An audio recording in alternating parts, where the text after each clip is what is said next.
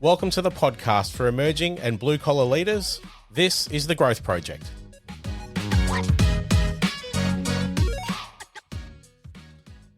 Hi, everybody, and welcome back to The Growth Project. Good to have you with me again.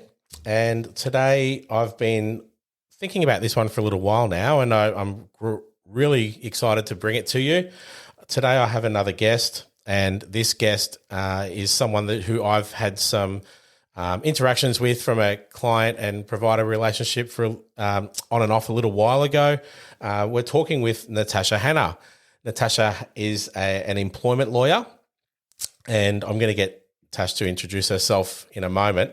But to set the scene, I guess, at a previous employer where I worked, Tash and I worked together for some staffing issues that we were working through and resolving, and really liked the way that she handled the situation, and we got the outcome that we were looking for, and been staying up to speed with what Natasha's been doing online via LinkedIn for a while, and I thought it would be a really good time to reconnect and explore a particular topic that I'll explain shortly. But firstly, Natasha, welcome to the Growth Project, firstly, and thanks for giving me some time to have a chat.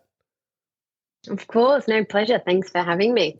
So, Natasha, if you could maybe just give a bit more of an introduction about yourself and your background and what it is that you do. Sure, Jason. So, as you alluded to, I'm an employment lawyer. I also say that I'm an employment lawyer and HR specialist because my experience is a little bit more holistic, I like to think, than just the law.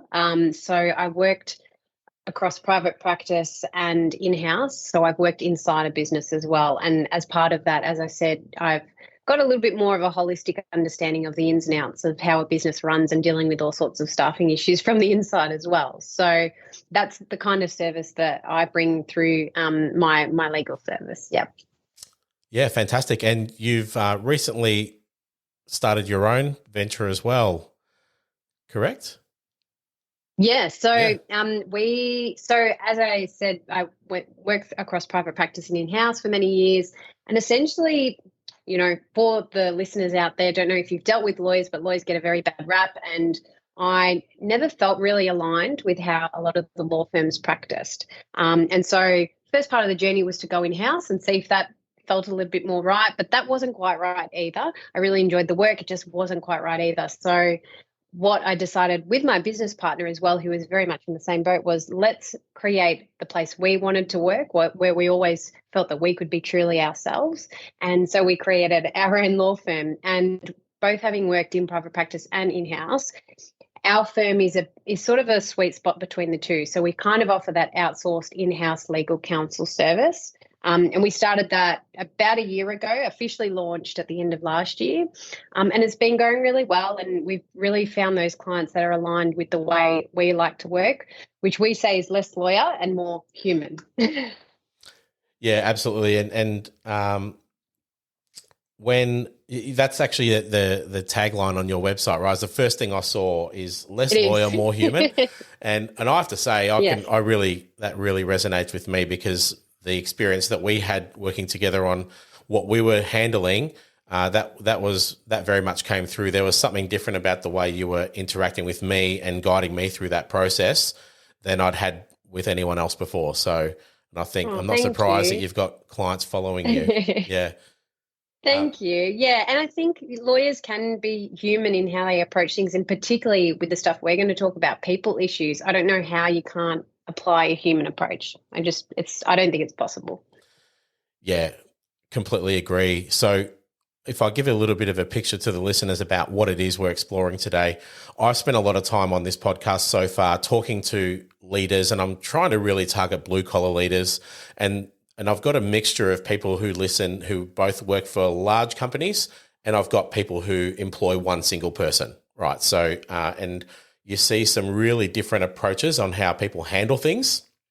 Of course, the people that work for your large employers, they've got HR departments that are dedicated to handling issues and things like that, and they've got strong processes in place to utilize, but you look at to the other side of the fence there, and you look at, you know, small contractors who don't have policies and procedures for managing people things, and you see some things that raise eyebrows, to say it nicely, and go, oh, gee, I don't know that I would have quite handled things that way.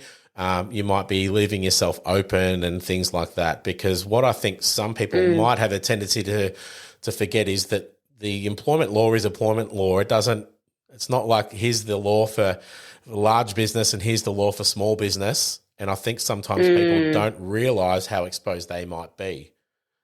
What are your thoughts on that? Yeah, absolutely. Yeah, absolutely. Unfortunately, we we do obviously see that a bit, and we have a bit of a saying, kind of like the gangster saying, comply or die. It is a bit like that. Unfortunately, the law doesn't change and bend. There's grey areas, sure, and you know that's where if you work with an experienced HR practitioner or you know a lawyer, you can find the ways to navigate some of those grey areas. But you know, for the most part, there's set rules, regulations about what is considered, you know, meeting your obligations. And yeah, unfortunately, I'd be, and probably you would be partly out of a job too if, you know, some businesses just didn't get this right. And that's okay too. But yeah, it's about learning, okay, how do we navigate this situation and tick all the boxes? Yeah, absolutely. So when we've focused talking to people a lot about handling difficult conversations and things like that, and we had a little bit of interaction prior to this this recording, and you know, so we're kind of zooming out from the topic, the micro topics I've been exploring. We're zooming out from that here, and so when we have let's maybe explore the context of a small contractor who might employ one or two people, and they've been maybe facing some issues with a staff member, and what I sometimes see, and I've even had people calling me for advice, and I sort of say to them, well, look, what have you done so far? What conversations have you had with somebody before it's gotten to this point where you're asking me, how do I fire somebody, or how can I, you know, I don't think this person's the right fit. I sort of start with, well, what have you done so far? Because they're going from, if you haven't had any of those conversations, you can't really go straight to the end point there, really. And I think it does still sometimes go to that point. But what are your, and you mentioned formal versus informal performance management. Can you give people a bit of an insight as to what is the difference between the two? Yeah. So you and I had a bit of a chat about some of the things we see, and informal versus formal performance management. I think it's a really good discussion to have, particularly for those smaller businesses, like you said, who might not have in-house trained HR personnel. So they're just doing their best, and that's okay. But yeah, essentially what you see is, depending on the gravity of the conduct or how serious it is, a business owner or leader may decide to just take an informal approach. And so what we're talking about here is, you know, something really not really consequential to the operations or the daily duties, but it's something that, you know, the standard's not quite hitting the mark. And so you have to have a conversation. That's okay to have an informal conversation about those sorts of things. So it might be something even like, you know, lateness. Maybe they didn't follow a procedure that you'd set. Nothing, of course, too consequential, something sort of administrative perhaps. And so you're having a conversation and you're saying, hey, this is the expectation that we had here. Can you, you know, work on that for next time? And that sort of informal chat is, it's great to have, and I strongly recommend it, but it is for a certain set of, I guess, less serious performance and conduct issues. And then on the flip side, you've got formal performance management, which I think is where you've got a systemic pattern of conduct or behaviour that's not acceptable. So usually formal performance management will be a byproduct of informal performance management, not just quite having the intended effect, so solving the issue. And so then you move into formal performance management. And so formal performance management might be, you know, as I said, a pattern of behaviour where the performance or conduct is just not hitting the mark. So there's, say a procedure again that the employee's meant to follow, they're just consistently not failing to meet that those procedural requirements, or then maybe haven't even read the procedure. That happens too. And so it's drawing their attention to, this is the standard expected. This is when we expect improvement by, and then sort of having that monitoring period. And all of this is captured in writing. So it's a formal document.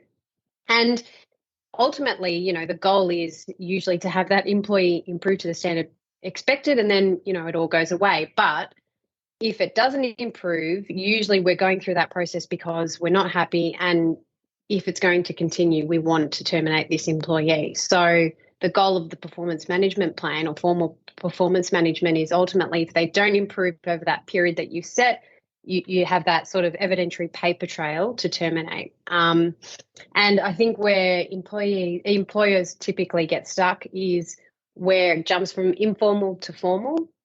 And sometimes, in fact, probably more often than not, it should be in formal territory, but it's still in informal territory. And like you said before, then the leader or the employer is really frustrated because they haven't sort of got enough to back them to terminate.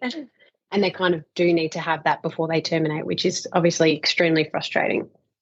Yeah, definitely. And if we can circle back a little bit on, you mentioned procedure a few times. So there's a couple of aspects to this. So you're sort of talking about a scenario where an employee hasn't followed maybe a technical procedure at work, and it's caused problems, or it's caused harm or cost or anything like that. But then there's also the procedure from the perspective of your HR processes perspective. So when we do need to take things into the formal space, you need to have procedures to deal with that spells out clearly what these are the steps we follow if we've got a problem that we're trying to handle. And I think, would you agree that for people who are smaller employers, that's sometimes where they actually don't have that process in place to actually leverage off in the first place? Yeah, exactly. And it can make it obviously really hard when you don't have that expertise. Doesn't mean you can't create a process, but you probably do, need some guidance to shepherd you through what a nice structured process will look like. And there's lots of resources out there as well. But ideally you want to be coached by someone with the expertise in that area. Yeah.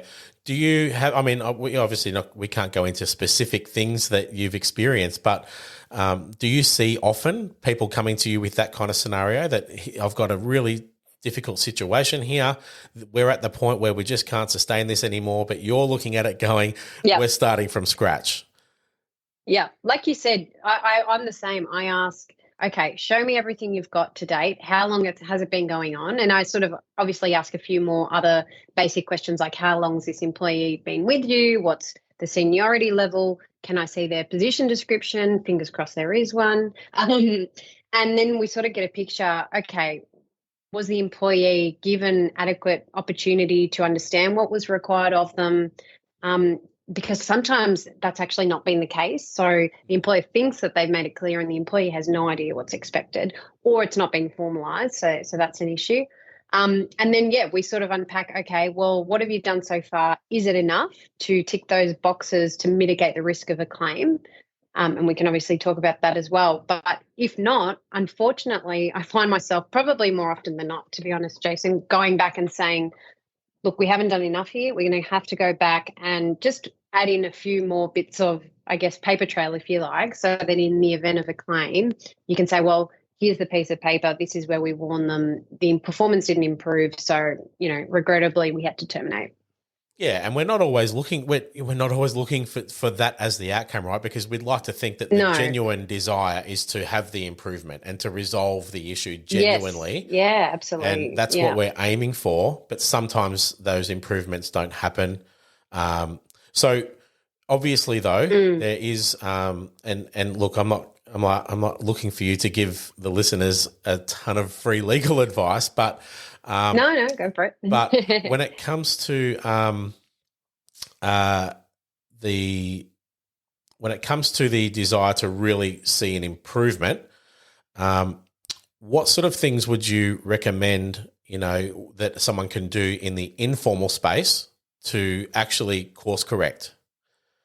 Yeah, and look, and it's a really good point as well, because I think I actually find it frustrating when a potential client, or comes to me and says, we want to terminate this person. Have we done enough? Whereas I'd actually rather them, like you say, come to me and say, okay, we're here. At this stage, we still want to keep them. We want to work with them to improve the performance, and hopefully this can just go away.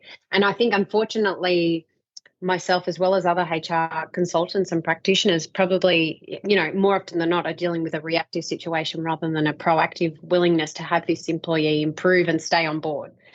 But I think that is a really good way to look at it, and I really encourage business owners and leaders to approach it that way from the earliest opportunity.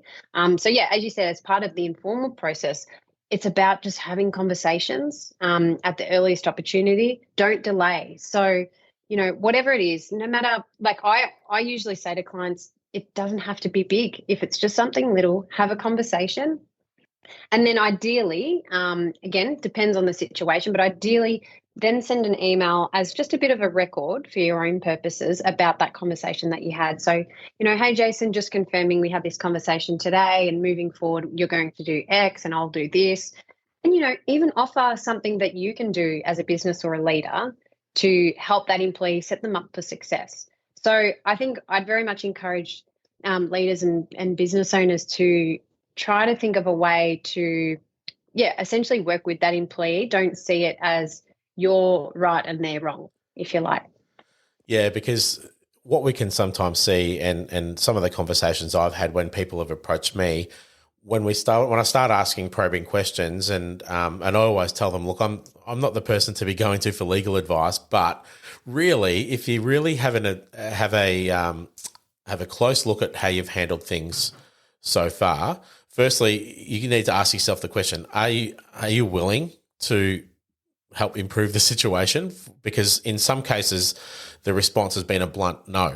I'm not willing. It's gone too far. But sometimes I find when we say, well, we want to help them improve things, but it might even be that, look, they're not meeting my expectations. They're not following the rules. They're not following the procedures. They're not improving. Have you given them opportunities? Like you said before, have they ever been told what the expectation is? And I think in some cases the answer is probably honestly no. Have they been told? Have they been shown? And even if you do have processes and procedures in place, even for the conflict resolution side of things, if we have procedures in place, was the employee ever told about what that process looks like as well?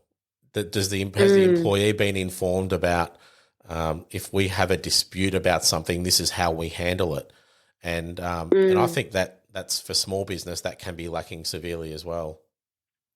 Yeah, I agree. I think in most cases, the employer or leader has not necessarily done as well as they probably think they have. And so I encourage them to check themselves and say, okay, but did you do this? Was it, in their position description, did they know that was what was expected? Did you have a conversation? And look, we're all human. We create ideas and narratives in our head around what may have went down, but that's not really useful in this context, particularly if you do want to genuinely continue a working relationship with an employee. So, as I said, I encourage it to be an open conversation, try to work together to find a solution. And I guess to add to that as well, open questions, ask the employee questions, try to figure out where this has broken down. And this is obviously only really suited to those sort of initial informal conversations. And from there, hopefully you start establishing a little bit of a story and, a paper trail around what's going on. And if needed, it can then progress later and escalate. Yeah, really important points.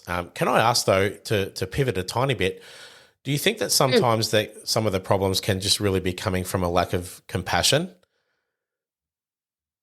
Yeah. Yes. Yes. And it's funny you say that, because I'm very big on empathy. As we sort of said at the outset, that's my approach in how I do legals. But I think leaders, empathy and compassion is a critical skill. And not everyone has it in the sense that, I don't mean everyone, some people are sociopaths, but that may be true. But it is a skill that you need to practice. And leadership is a skill. You're not born overnight. Some people are made leaders via promotion. Some people start a business and then they find themselves in a leadership position and they've never had that experience.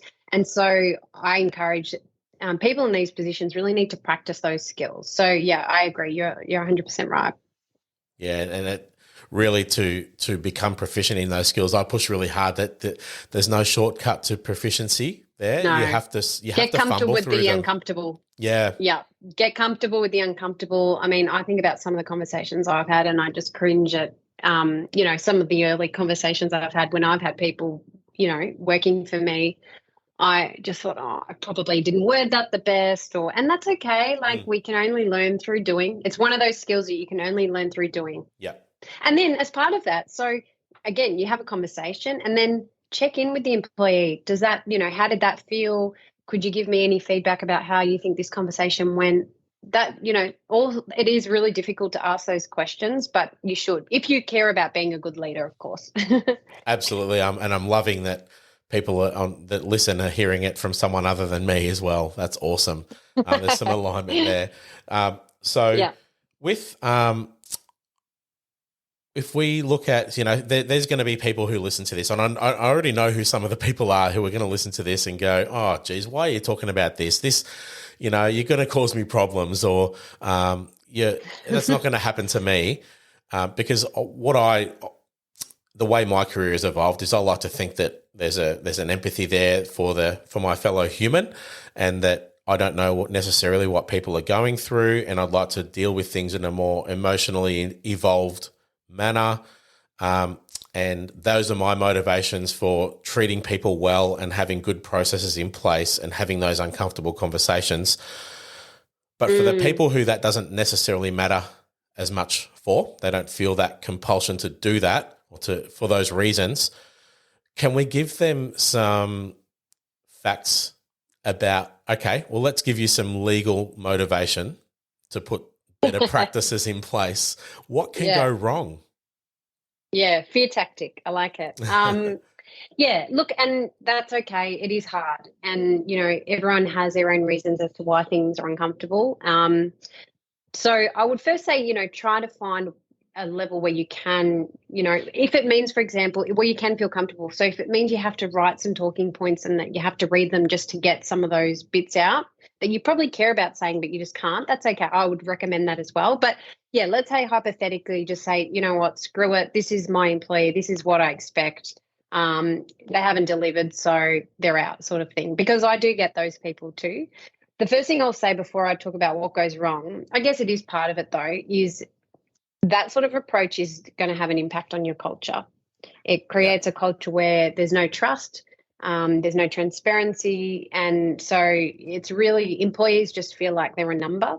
And ultimately, I don't think that that's going to be good for business. So if anything, that as a longer term outlook, I would really encourage those sorts of people to think about that, because employees will leave. And particularly the market we're in, employees are not sticking around. They are looking for places where they enjoy going to work, where they feel valued, where they feel respected, where they feel like their contributions are welcome. So anyway, that's just my kind of my view on that and the impact of that more generally. But yeah, where things could go wrong, if this helps, this is some fear tactics. So where a conversation, you're having a performance or conduct related conversation, it hasn't gone very well. Perhaps you haven't had as many conversations as you needed to because you've avoided them.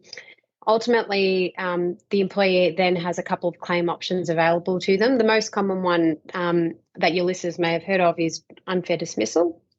And there's a couple of criteria that they need to satisfy an employee before they make that claim. But that looks at the procedural fairness in the dismissal. So what were the steps that you took? And one of those steps actually is, did they receive warnings about unsatisfactory performance? So that's one of the tick boxes, if you like. And also, was there a valid reason for termination? So in an unfair dismissal claim, you have to overcome that burden. So it'll cause you to go back and say, okay, well, what conversations did we have? What evidentiary paper trail do we have to back ourselves in and defend ourselves? And then the other type of common claim is called a general protections claim, and that looks at the reason for the termination. And this is more so dealing with situations where there might be a discriminatory reason for termination, but also where what I see most commonly is an employee has raised some complaints about their employment. So maybe they've got a manager that's bullying them. This is quite common. They've raised that complaint up the channels. And then ultimately the business leader or owner doesn't like it and they get rid of them because this is too hard basket. This person's a complainer. Don't want to deal with them. Let's get them out. But unfortunately, the employee can make a claim about that. That would fall under the general protections claim jurisdiction. And with that claim, if this scares you a little bit, it's actually a reverse onus. So what that means is you're guilty until proven innocent. So you have to actually show why the employee is wrong in the claim they're making. And if the Fair Work Commission's not satisfied, you're in big trouble. Wow, yeah, that's some motivation there in buckets. So can I just ask though, because you mentioned that it would look at things like from a procedural fairness perspective, was the employee warned about issues with their performance? Does it also matter how you conducted that warning process? No, it's a really good question. So best practice is, of course, to have warnings in writing. Yep. But if you had warnings verbally that you were somehow able to prove, so I don't know, you had taken a contemporaneous diary note, so you took a note at the time saying I had this conversation with Jason and this is what he said and this is what I said. Look, that might stand up. But yeah, of course, you're going to be best placed to defend an unfair dismissal claim if you've got a written warning you can produce before the Fair Work Commission. Yeah, perfect. And what about let's talk about for the small employer, the importance of employment contracts and having a good contract in place. How would you rate the importance of that and how can small businesses go about it? Yeah. So look, there's lots of options these days, which is fabulous in terms of platforms that are offering low-cost options for employment contracts. And of course, you can go to a lawyer to get one done up that's tailored. And so it will just come down to your budget and size of your business. But of course, it'd be remiss of me not to say that you do want something that's tailored to your business and what's important to your business. But yeah, employment contracts are really important to set out the terms and conditions from the outset about how what's expected of the relationship. And I guess from a performance perspective, saying things like you're required to follow reasonable and lawful directions, you're required to, carry out your duties with due care and skill, things like that should go in there. Another critical one is reference to your workplace policies and the fact that they need to comply. So the other thing as well with an employment contract, if we do find ourselves in a situation where you do need to terminate an employee, you want to be clear about what are the notice provisions there, for example. Otherwise, you may be relying on the Fair Work Act's minimums, which is okay as well. But some employers, and I predominantly work with employers, really like to customise that. So, for example, if an employee resigns, you might want them to provide you with 4 weeks' notice. But if you don't have a contract clause about that, then that's not going to be clear, and they can just sort of take off with a week's notice, depending on their length of service. So, yeah. Important for a whole raft of reasons, but in the context of today, it's really about setting those standards expected, in the contract. Yeah, good advice. Good advice. So, when it comes to finding those services, I mean, obviously they can go to In-House Now, right? That's one place they can absolutely go to for that kind of thing. But you mentioned that there are lots of options, and my understanding is that Fair Work Australia even have some templates available as well that people can go to. Yeah, they've got some great resources actually. So yeah, plenty out there, and this is definitely not me trying to say, hey, come to me. There's plenty of low cost options out there. And look, if anyone wants to get in touch, I'm more than happy also to just point you in the direction of some options as well. there's different options depending on, sort of where you're placed and what you're looking for. But I agree. Fair Work Australia has some amazing templates. They have a resource library. They have things like they have a performance improvement plan template. They have a warning letter. They have a termination letter. Yeah, it's great. Yeah, absolutely. They're basic, but they're good. They're better than nothing, put it that way. Yeah, definitely better than nothing, right? So, yeah. Before we do wrap things up, Natasha, if I could just shift gears a little bit, because I've been following your activity on LinkedIn for a while, and you've been really trying to, I guess, advocate for and provide advice to support working parents, because in this day and age, it's really hard, isn't it, to manage a career and personal life, and it's not easy. So, and I've seen some activity from you on LinkedIn that I've really enjoyed following around how can you provide some meaningful flexibility and supports to team members and employees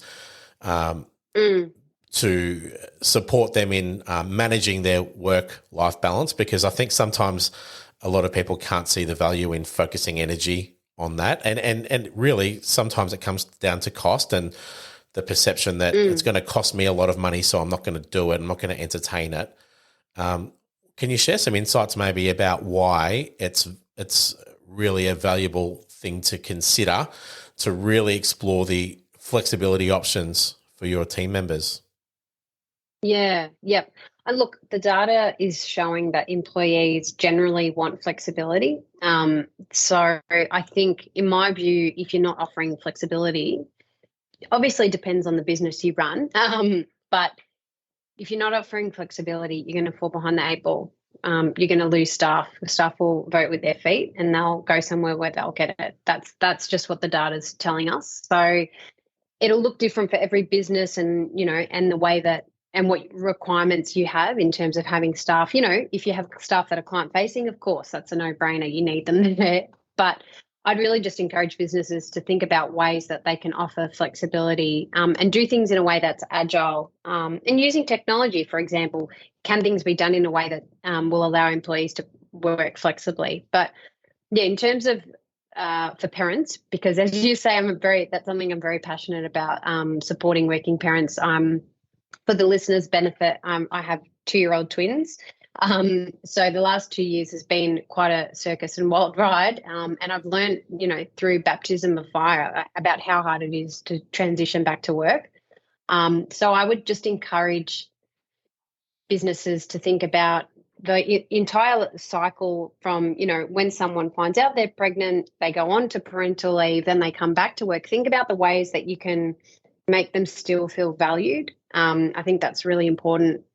And then ways that you can support them that are, like you said, no cost. So whether it is regular touch points, whether you organise, a farewell lunch, and then when they come back, you have a welcome back lunch, or you offer them, you already have some projects or tasks lined up that they can jump straight back into and get that energy back. So those are really easy, no cost options to make them feel integrated back into the workplace. And then, of course, as we said, what are the ways that you can offer flexibility? So do they have to work 9 to 5, or can they work flexibly across the day? And as part of that, I'd encourage leaders and business owners to think about just focusing on the output. Are they getting the work done? Do you like this employee? Are they adding value? That's all that matters. So if it's possible to work outside the traditional 9 to 5, let them. They will love you for it.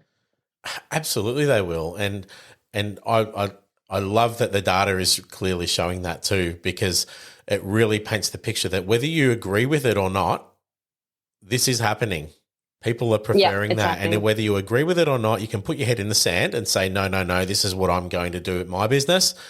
Good luck. People, like you said, people will vote with their feet. Yeah. And let's not forget about the costs involved in recruiting and replacing people as well. So if you want to put dollar figure on it, yeah. Yeah, well, the last I heard, it was, I think I heard someone say recently that was up to 1.5 years of cost, but I'd say it's anywhere between at least 6 months of salary for that role up to probably 2 years, depending on how complex, the role is, the retraining required. What if your recruitment drive doesn't go well and it's taking forever, and then it starts costing you money to not have that person. So you really need to think long game about, if you care about this employee, what's the effect on your business if you don't have them? Yep, definitely. And just accepting the reality too that society is changing, the world around us is changing. So if we're not changing these structures with it, then something's not aligned. We're not aligned. Yep. Yeah. Yep, that's right. It's the new world. Get on board. Yeah. Get on board. Natasha, I've really enjoyed our chat, but before we do wrap it up, where can people find you? Because if you need advice, you need some help with customizing your processes and employment contracts and things like that, or you're having staffing issues that you need some guidance with, then I would absolutely recommend getting in touch with Natasha. But Natasha, where can people find you and get in touch with you? Thanks, Jason. That's generous. So, and as I said, I really do mean it. Happy to also just point people in the direction of some useful resources as well. But easiest way to find me and best way to find me is on LinkedIn, and you should be able to just type Natasha Hannah AU and I'll come up. We also have a company page as well as an Instagram, but depends where you like to live on social media. Sure, and we'll put those links in the show notes as well for everyone to access as well. But Natasha, again, thank you so much for spending some time out of your day to talk to me. And I'm sure that whether people enjoy listening to this or not, there's really valuable advice in there that I think is gold for people. So honestly, thank you so much for taking the time. Thank you. Thanks for having me. Pleasure. So everybody, thanks. I hope you've gotten something out of that. Please check out Natasha's details in the show notes. Get in touch if you need any support or advice. Otherwise, until the next episode, stay well, look after each other, look after your people, and I'll catch you next time.